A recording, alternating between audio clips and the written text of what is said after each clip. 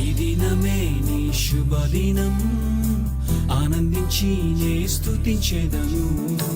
ఈ దినమే praise the lord. దేవాతి దేవునికి మహిమ కలుగును గాక. ప్రియమైన దేవుని బిడ్డలారా, ఎలా ఉన్నారు? ఈ యొక్క దినమున దేవుని వాక్యం వినడానికి ప్రేమపూర్వకముగా మీ అందరికి ఆహ్వానం. ఈ శుభ దినాన దేవుడు వాక్యం ద్వారా మీతో మాట్లాడి మీ అందరి జీవితాల్ని కట్టాలని ఆశపడుతూ ఉన్నాడు. మరి సిద్ధంగా ఉన్న మీరు శ్రద్ధగా వాక్యాన్ని విని మీ హృదయంలో పదిలపరుచుకుంటారని ఆశిస్తూ, ఈ దినము దేవుడు ఒక మంచి వాక్యముతో మీ అందరితో మాట్లాడాలని కోరుకుంటున్నాడు. దేవుని నామానికి మహిమ కలుగును గాక. మనం గనక చూడగలిగితే, యేసయ్యను మనం తెలుసుకున్న ఆ యొక్క మొదటి దినం నుండి యేసుక్రీస్తును మనం అంగీకరించి యేసుక్రీస్తు రాజ్యంలో చేర్చబడి మనం కొనసాగుతున్న ఆ యొక్క సమయం నుండి మన జీవితంలో ఎక్కువగా మనం చేసే కార్యము ఏంటి అన్నది మనం గనక తీక్షణంగా ఆలోచించగలిగితే, అది దేవుని వాక్యాన్ని వినడమే. ప్రియమైన దేవుని బిడ్డలారా, దేవుని వాక్యాన్ని ఎందుకు దేవుని బిడ్డలు ఎక్కువగా వినాలి అని మనము ఆలోచిస్తూ ఉండొచ్చు. మనకు కూడా చాలా చాలా ఆలోచనలు రావచ్చు. మనం గనక చూస్తే అనేకమైన మతాలు యొక్క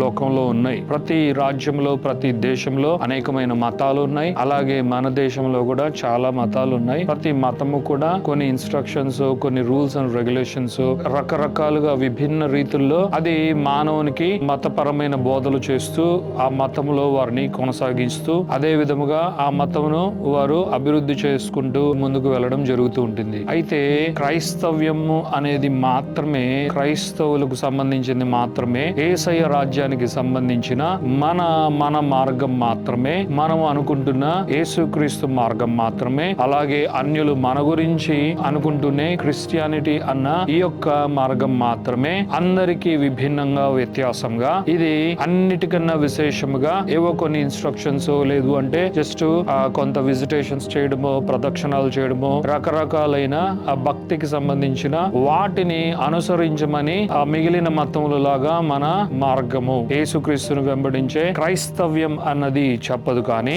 దేవుని బిడ్డలైన మనకు దేవుని రాజ్యంలో దేవుడు అనుగ్రహించిన ఒక గొప్ప బహుమానమే దేవుని వాక్యం. దేవుని వాక్యం అంటే అది బైబిలే. బైబిల్ అంతా కూడా దేవుని వాక్యమే. దేవుని యొక్క ఆ వాక్ శక్తితోనే నింపబడి ఉంటుంది. ఆ విధంగా దేవుని వాక్యంతో సంపుటిగా చేయబడిన బైబిల్ ని మనం ఏం చేస్తాం? బైబిల్ ని తీసి ఒక చోట పెడతామా?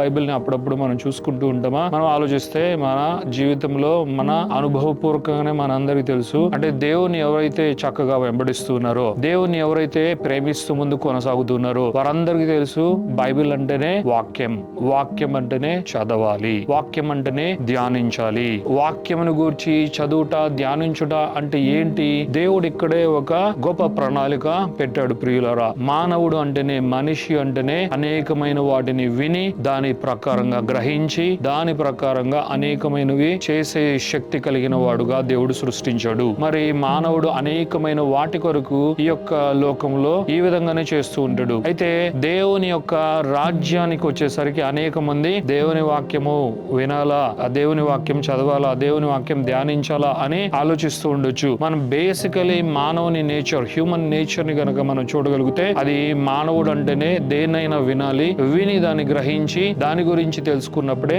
ఎంతగా దాన్ని వెంబడించాలో మానవుడు తెలుస్తుంది. ఈ గొప్ప మర్మాన్ని దేవుడు వాక్యం కొరకే దాచాడు. ప్రియమైన దేవుని జనాంగమా, ఆయన వాక్కు కొరకే, ఆయన వాక్ శక్తి కొరకే మానవునికి ఈ గుణాతిశయాన్ని దేవుడు ఇచ్చాడు అని ఈ దినమున మనందరూ తెలుసుకోవాలి. అంటే దాని అర్థం ఏంటి? దేవుని బిడ్డలైన వారు దేవుని యొక్క కృప చేత, దేవుని ఆత్మ ద్వారా రక్షింపబడి ఆయన రాజ్యంలో చేర్చబడగా, మనకున్న అత్యున్నతమైన ఒకే ఒక పని ఏంటంటే దేవుని వాక్యాన్ని చదవటయే. దేవుని వాక్యాన్ని ఎంత లోతుగా వీలైతే అంత లోతుగా ధ్యానించుటయే అన్నది మనం తెలుసుకోవాలి. అంటే దేవుడు మన నుండి ఏం కోరుకుంటున్నాడు? ఖచ్చితంగా మనము బైబిల్ ని చదవాలి, బైబిల్లో ఉన్న వాక్యాల్ని మనము ధ్యానించాలి. ధ్యానించడము అంటే దేవుడు మన కొరకు వాక్యంలో వ్రాయించి పెట్టిన ప్రతి లేఖనం వెనకాల ఆత్మజీవం ఉంది. ప్రతి లేఖనం లోపల మర్మయుక్తమైన సంగతులు ఉన్నాయి. మరి అవి మనకు తెలుసుకోవాలి అని అంటే సర్ఫేస్ లెవెల్లో ప్లెయిన్ గా మనము జస్ట్ ఒక న్యూస్ పేపర్ ను, ఒక సాధారణమైన బుక్ ను చదువుకుంటూ ముందుకు వెళ్ళిపోతున్నట్లుగా మనము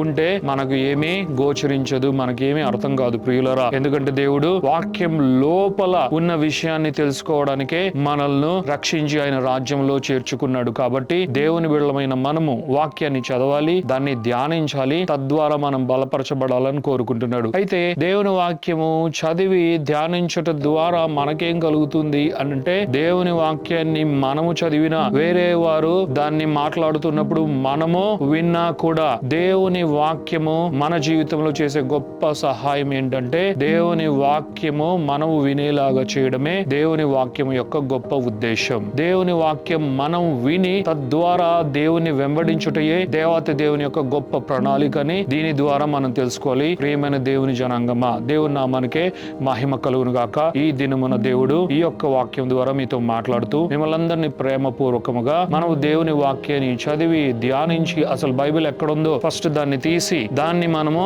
రెగ్యులరైజ్ చేసుకుని ఈ దినము నుండి అయినా సరే వాక్యం మనం చదవాలి. తరువాత వాక్యం లోపల ఏముంది, ఈ యొక్క గ్రంథంలో ఏముంది, ఈ పత్రికలో ఏముంది, ఈ పుస్తకంలో ఏముంది, ఈ యొక్క వాక్య సంపుటి, ఈ వాక్య భాగములో దేవుడు నా కొరకు ఏం దాచాడు, ఈ వాక్యం లోపల ఏ ఆత్మజీవం నా కొరకు ఉంది, అలాగే ఏ మర్మము నాతో ఈ రోజు మాట్లాడబోతుందో అన్న ఆ శక్తితో మనం గనుక ఇలా చేయగలిగితే మనం తప్పక దీవింపబడతాం, ఆశీర్వదింపబడతాం. అయితే ఇదంతా కూడా దేవుడు ఎందుకు మీకు వినిపింప చేస్తున్నాడు తెలుసా? వినుట వలన విశ్వాసము, వినుట వలననే విశ్వాసము. అది వేరే వారు చదివితే నువ్వు వినడం మాత్రమే కాదు ప్రియులారా. ఇప్పుడు వాక్యాన్ని మీరు వింటూ ఉన్నారు. ఇప్పుడు విని మీరు తద్వారా మీరు దేవుని యొక్క రాజ్యంలో, దేవుని యొక్క ప్రణాళికలో దేవుడు పెట్టినవి మీరు పొందుకోవడం మాత్రమే కాదు, మీరు చదువుతున్నప్పుడు కూడా మీరు వినాలి. ఇది భౌతిక సంబంధంగా వినడం కాదు ప్రియులారా, ఇది ఆత్మ సంబంధమైనది. అది ఎవరు వాక్యాన్ని బోధించినా మనం వినాలి. అలాగే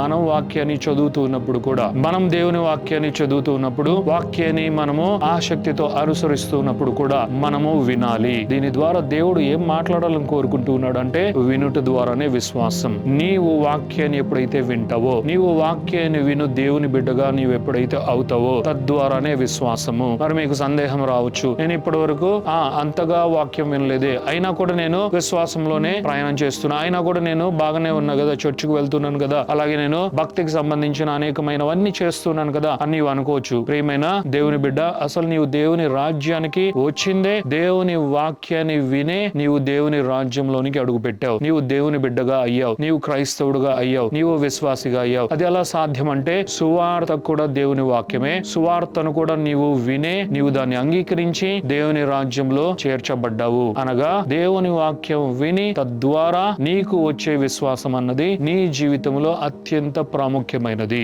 నీవు ఎప్పుడైతే దేవుని వాక్యాన్ని వింటావో విశ్వాసం నీలో ఉద్భవం అవుతుంది. విశ్వాసం నీలో ఉద్భవించి, విశ్వాసం నీలో ఉత్పన్నమై నీవు బలపరచబడి విశ్వాస సహితమైన జీవితాన్ని జీవిస్తావు. దేవుని నామానికే మహిమ కలుగును గాక. అందుకే ఆయన రోమీలకు రాసిన పత్రిక 10వ అధ్యాయము 17వ వచనంలో ఇలా అంటూ ఉన్నాడు, వినుట వలన విశ్వాసం అని ఒక గొప్ప మాటను మనకు మరలా జ్ఞాపకం చేస్తున్నాడు. ఒకసారి మనం విందాం. దేవుని వాక్యంలో ఇలా ఉంది, కాగా వినుట వలన విశ్వాసము కలుగును, వినుట క్రీస్తును గూర్చిన మాట వలన కలుగును.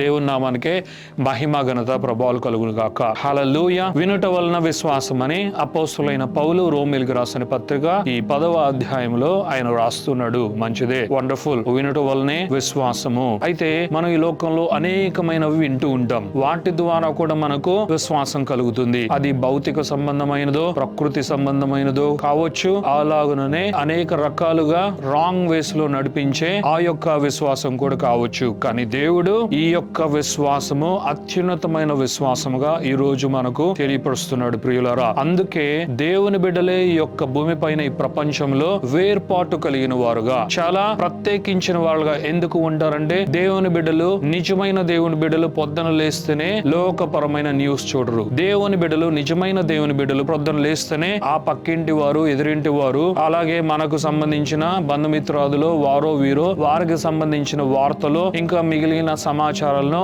వాటిని లక్ష్య పెట్టరు. కానీ దేవుని బిడ్డలు ప్రతిదినము కూడా వాక్యాన్ని చదువుతారు. దేవుని బిడ్డలు ప్రతిదినము వాక్యాన్ని చదివి దాని ద్వారా ఉత్పన్నమవు విశ్వాసము హృదయంలో ఉబ్బుకులాగున చేసుకుంటారు. అనగా దేవుని బిడ్డలు ఎంత వీలైతే అంతగా వాక్యాన్ని చదివి ఆ వాక్యాన్ని విని, హృదయం ద్వారా విని, మనస్సు ద్వారా విని, తద్వారా విశ్వాసము మరింతగా బలపరచబడి, విశ్వాసములో బలపరచబడి ఆ విశ్వాసములో ముందుకు కొనసాగుతూ దేవుని ప్రణాళికలలో విజయాన్ని పొందుకుంటారు. ప్రియమైన బిడ్డలారా, ఈ దినమున దేవుడు మీతో మాట్లాడుతూ ఉన్నాడు. మీరు కూడా పౌలు చెప్పినట్లుగా వినుట వలన విశ్వాసం. అయితే అవి దేనిని గూర్చి వినుట వలన విశ్వాసం అంటే లోకంలో ఉన్నవో, మనుషులు మానవ మాత్రముగా మాట్లాడేవో, ప్రకృతి సంబంధమైనవో, అలాగా వేరే వేరే వేరే రకాలైన అనేకమైన వాటిని గూర్చి పౌలు ఇక్కడ అనట్లేదు గాని క్రీస్తును గూర్చిన మాటలు వినుట వలన విశ్వాసం అని పౌలు సెలవిస్తున్నాడు. నిజమే, ఈ దినమున నీవు క్రీస్తును గూర్చిన మాటలు పదే పదే వింటున్నావా? యేసయ్యను గూర్చిన మాటలు పదే పదే వింటున్నావా? దేవుని రాజ్యమును గూర్చిన మాటలు పదే పదే వింటున్నావా? విశ్వాస సహితమైన మాటలు పదే పదే వింటున్నావా? అలా గనక నీవు చేయగలిగితే పదంతలుగా, 60